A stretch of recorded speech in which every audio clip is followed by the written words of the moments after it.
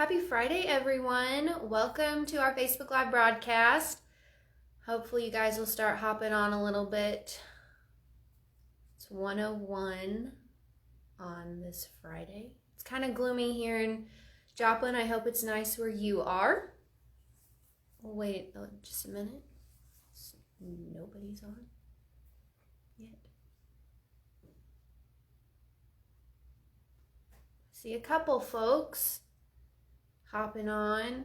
Okay, so as the number of viewers keep rising, we'll just go ahead and get started. As our usual reminder, if you're driving, watch this video later. It'll be available on our Facebook page, on our YouTube page, so you'll be able to hop on there and rewatch it. Safety first, we know that.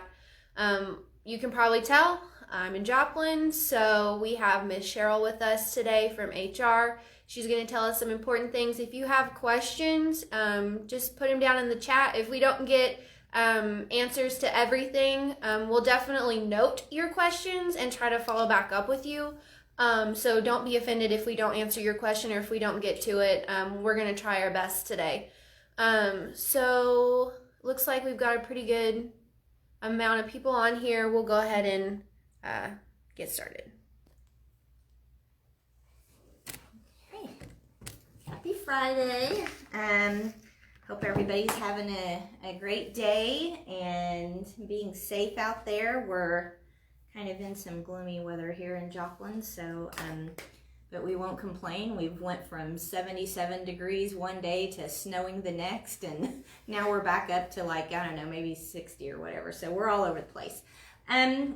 Got a couple of things that we are going to go over today, so feel free to send in questions. Like Riley said, we'll get those answered if we can. If not, we'll be able to get back to you to give you the answers on the things that maybe I don't know, or you send them in after we are offline. So first thing on the COVID front, we've been dealing with that for a little over a year now, and still have places with procedures in place. I know a lot of the states, are starting to quote unquote open up. What I want to remind everybody is just because the state is open doesn't mean that a business or a facility doesn't have a mandate in place for their facility. Here in Joplin is one of the things I want to talk about. We do still have a, Joplin itself doesn't have a mask mandate, but for the company to protect our employees, we do have a mask mandate in effect. So basically anybody that has been working in the office or comes into the office, on a part-time basis and are working at home most of the time, they have to have a mask on any time that they're walking through the facility. Basically, if they're not sitting at their desk, they're supposed to have a mask on. So, we had been talking, we had opened up Joplin for the drivers to be able to come back in. A couple of things I want to remind everybody on that. We still are not, quote unquote, fully staffed here.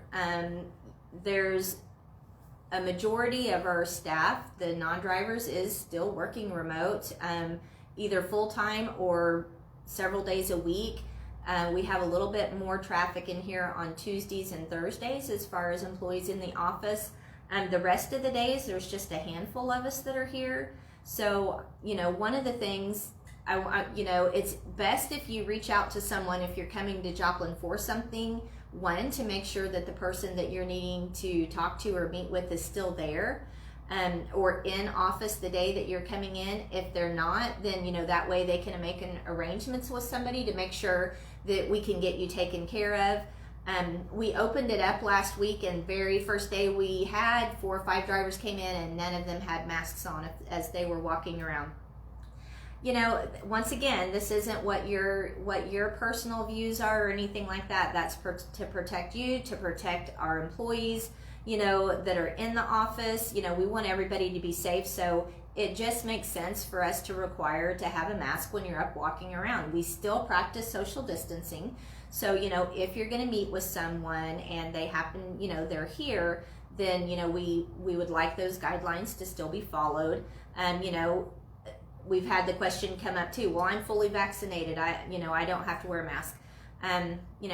I'm going to say not according to the CDC. They still say that you need to wear a mask to protect yourself and others. So we don't know who's been vaccinated, who's not. It's just best when you're here, if you're walking through the facility, we need you to have a mask on.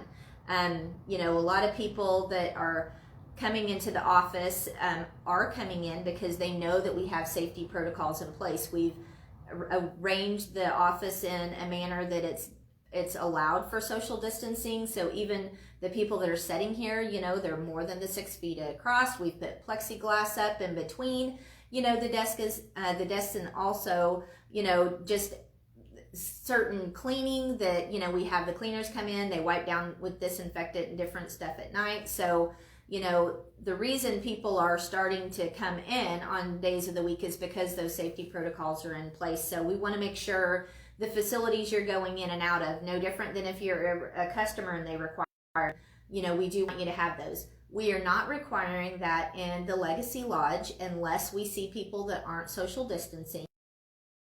We know that that's kind of your home away from home. And so, we're allowing there not to have to be a mask in there. So you guys know that you, are welcome and you can feel a little bit more comfortable. Once again, if we see a bunch of group of people that aren't social distancing, you're probably going to be asked to either social distance, as much as you can or put on your mask.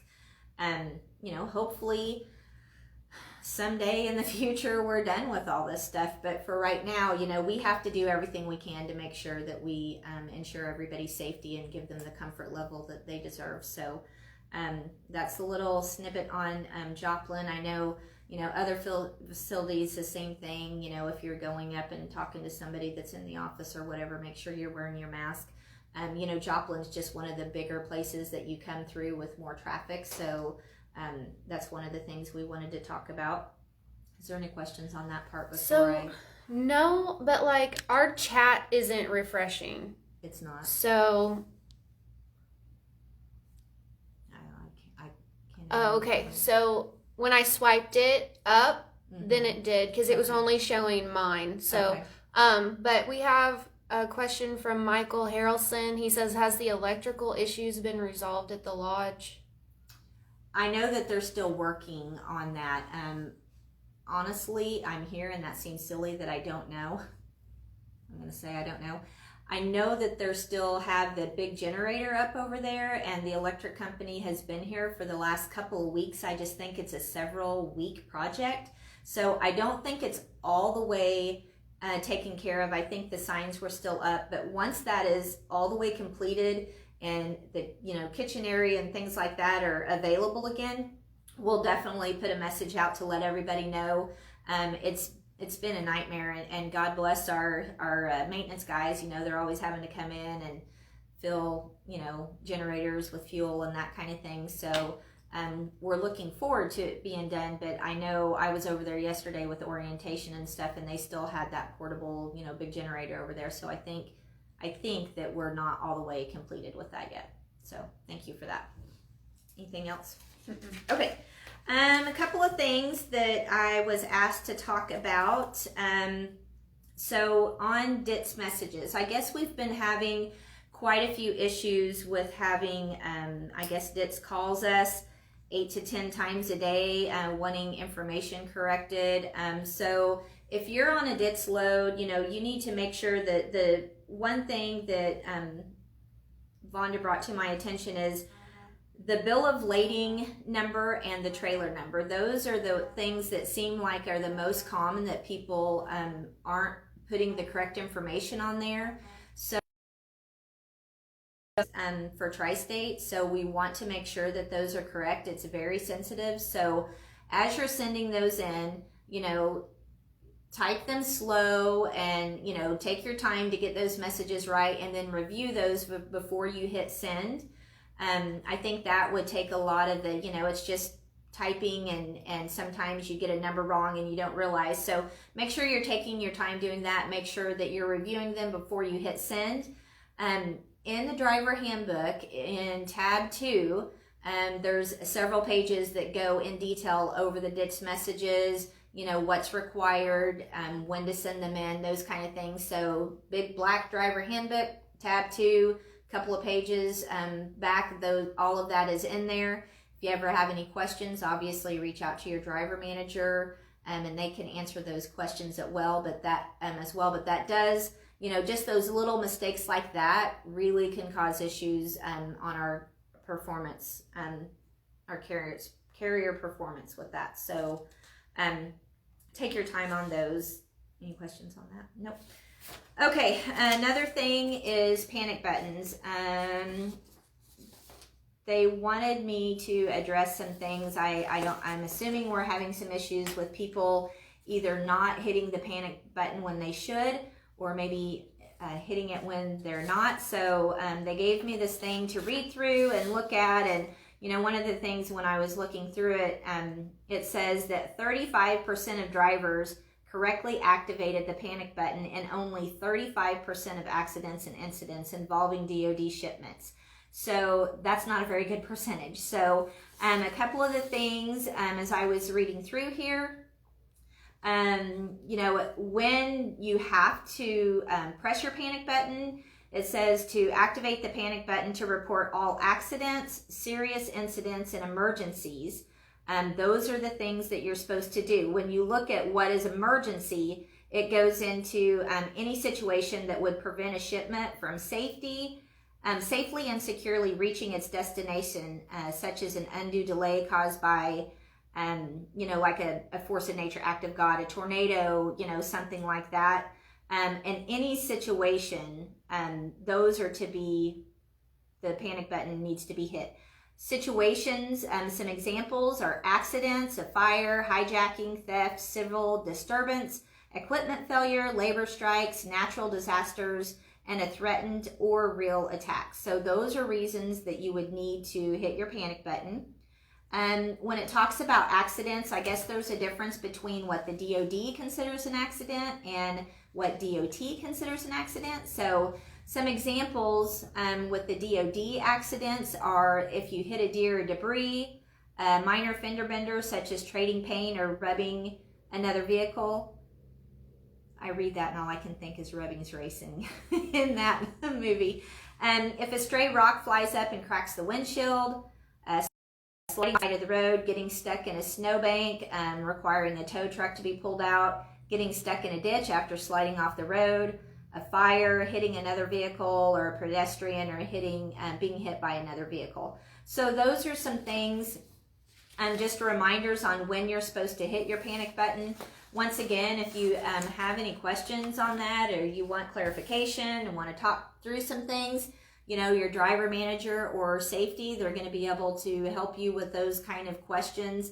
We go over this in class a lot. You have the tools to do what you need to do and be successful. You need to be able to reach them. So that's asking questions when you're not sure about something. I would much rather somebody ask a question if they didn't know than sit there and say, well, I just didn't know. Well, ask, So if there's anything that you need, guidance on, feel free to reach out. Everybody here is willing to help, and we'll walk you through those things as we work together to be a good team. So one last thing that we want to talk about is we have a new driver app, and I just literally got the information on that. I was reading through it, so I'm sorry if I stumble through this, but we've started a new mobile app, and it's called RMG Connect. I'm assuming you guys have been getting communication on that, so we want to make sure that you guys are downloading that. I think a lot of people think that it's just a scanning, it's just like Drive Axle. It's not like Drive Axle. It does have that capability, but there's going to be a lot of other things that are going to be on there. You can get information, news from departments. If you're looking at it, I'm trying to read my email because I'm sorry, I did just receive this. And Gannon did do a Facebook Live on the app. Okay. I want to say like 2 months ago, so Okay. they also can go back and watch that that too if they're unfamiliar with it. Okay. I do know when I was talking today on this that they want this downloaded and you guys to have a chance to log in and mess with it prior to April 30th, because April 30th is the day that Drive Axle is basically, we will be using the driver app instead of Drive Axle. So it needs to be done by April 30th. You know, we've had the question from some people, if, you know, well, I'm the one that does all the paperwork and I scan everything, so does my partner need it? Yes, they absolutely do. As we build on the app, there's going to be driver scorecards and stuff like that. It will be specific to that driver. So we do want everybody to download that.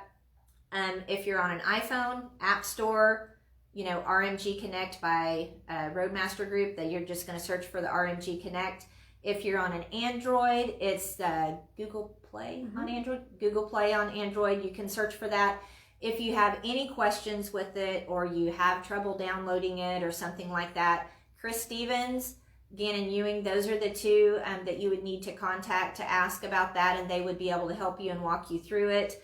I think Riley gets some questions. Riley is our driver portal expert. So those are different. So Riley's driver portal, Chris and Gannon would be the ones that you would talk to if you had questions with the new mobile app. So just be aware, we would like that to go ahead and be done by April 30th, and that's where you'll be scanning your paperwork. Are there any questions? Not really, but there are two things that I want to say. We've got some comments on suggestions for updating the app or putting certain things on the app. I believe there's a place in the app to make those suggestions. And if you guys don't know where to do that, I would suggest either calling Chris Stevens or Gannon or going back and watching Gannon's Facebook Live broadcast. But then also a major difference between Driver Portal and the app is that the app's going to be mandatory. The Driver Portal is more like a resource. It's more like, what's the word, like voluntary to use. So okay, thank you. If no one has any questions, I think I'm done rambling for a little bit. So I hope everybody has a great day and you stay safe out there. Once again, we're always here to help. Please reach out to us if you have any questions. We want to be able to help you in any way that we can. We appreciate you so much. Thanks. Have a great day.